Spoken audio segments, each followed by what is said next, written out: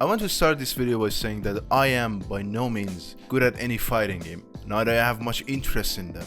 I don't hate them, but outside of playing with friends from time to time, I don't really care for the genre, and it's not for any specific reason. But I used to love Mortal Kombat.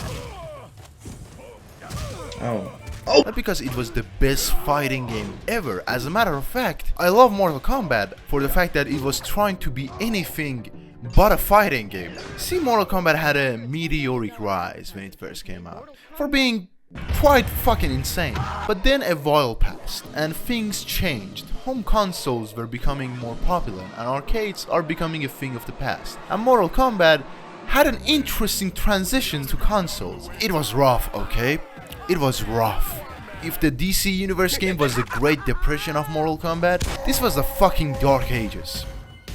But then they made Deadly Alliance, which was a huge improvement compared to Mortal Kombat 4. And they introduced a couple of new things like 3D movements and the Crypt, which is like, imagine all those DLC characters and skins, but instead of paying for them, you actually had to play the game and unlock them. I know, that's crazy, right? And a new thing, Conquest Mode.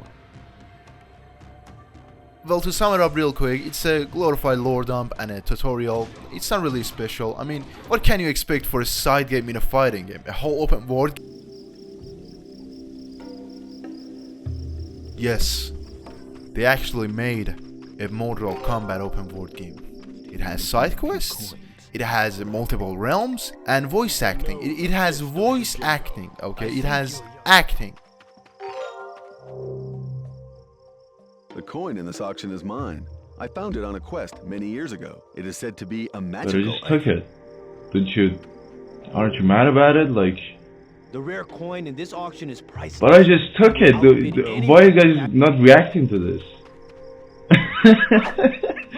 Does nobody care that I just took the coin?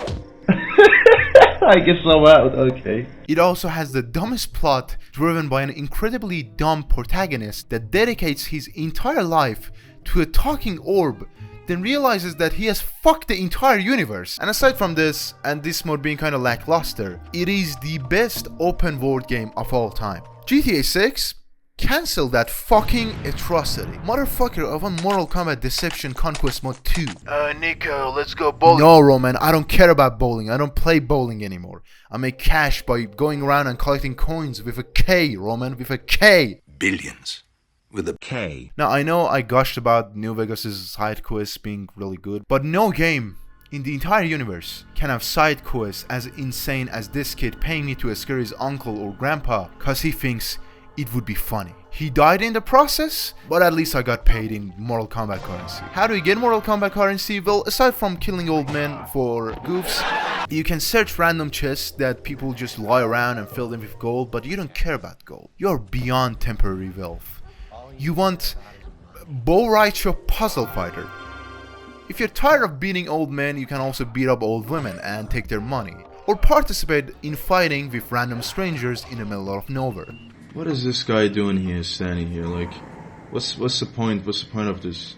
Oh, young child, do you want to beat each other to death for money? As the story progresses, the main character of this game, Shujinko, gets older and dumber. He also has to travel in every Mortal Kombat realm, and these realms are all different. They all have their own aesthetic. And the people who made Mortal Kombat, they don't really believe in being subtle. Like, if something is evil, you will absolutely know. Raiden dies and he resurrects as evil Raiden. He has red glowing eyes now and he's evil. Jesus Christ. Netherrealm is basically hell, if you couldn't tell. So people start talking backwards and they are evil. There are also zombies here for no reason. To be honest, these guys are kind of chill. Like, he doesn't even care about having a... Ooh! This mode is like if Ocarina of Time and GTA 3 had sex and Mortal Kombat just kind of watched. But still, this was a thing in a Mortal Kombat game, and I'm really glad for it. Along with many other modes like Tetris,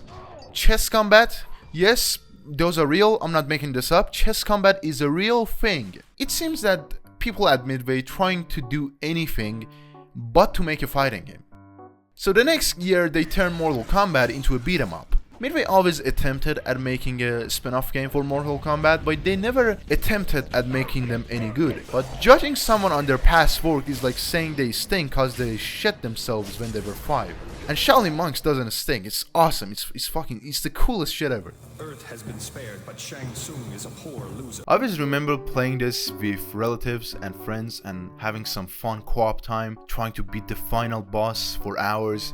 And sometimes we would get into arguments that which one of us was better at Mortal Kombat or overall fighting games, so we would settle on a 1v1, then proceed to launch Tekken 3. Even though Shaolin Monks is a spin-off, there's a lot of content in the game. Alternative characters, a demo for the sequel of The Suffering, which Midway was developing at the time. It was also my first horror game experience. I thought the game was cursed for a month or so when I was a child.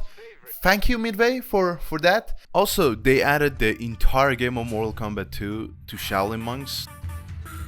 And finally, we have post Shaolin Monks era. They decided that fuck it, let's make the biggest game ever. Like, let's have an actual story mode that's polished, a character creator, and while we are at it, every character in the Mortal Kombat universe as fighters. And I mean it.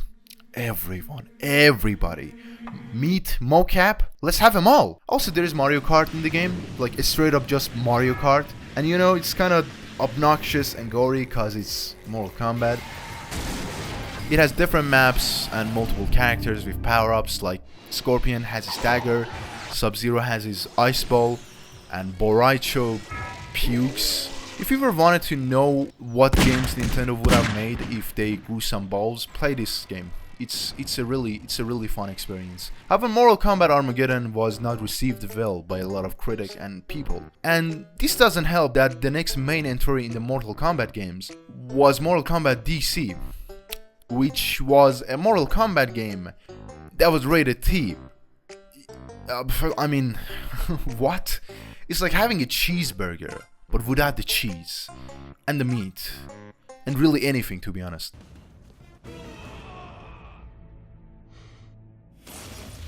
Yeah, that's good. Just freeze him, and take him to prison or something. He might be a little hurt. Okay, he's dead. Victory. Heroic brutality. Oh no, it was a heroic brutality. Okay, who came up with this phrase? Midway, the studio behind Mortal Kombat, also made a lot of decisions that caused their downfall. And after this, Warner Bros. Acquired them. Nowadays, they develop a lot of good games. They have their ups, but if they have their downs, they just create a brand new universe. Don't you wish you could do that, huh?